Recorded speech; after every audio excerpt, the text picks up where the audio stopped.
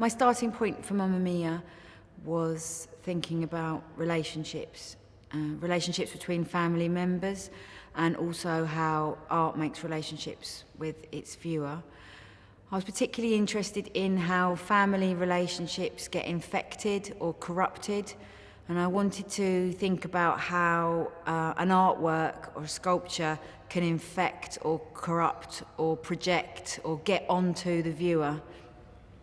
And I understood fairly early on that light would be a way of exploring that idea.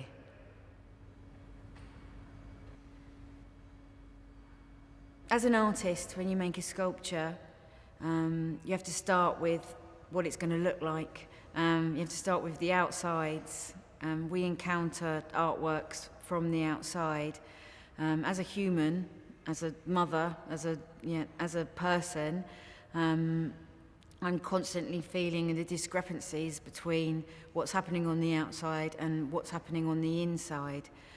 So I've been very keen to explore how sculpture and how art might address that discrepancy. I'm not interested in being abstract. I want my work to be immediate, or have the potential to be immediate. I want it to be direct. I want you to be confronted with something. And I think, therefore, you have to have a clue what that something is. Otherwise, you don't think you're being confronted.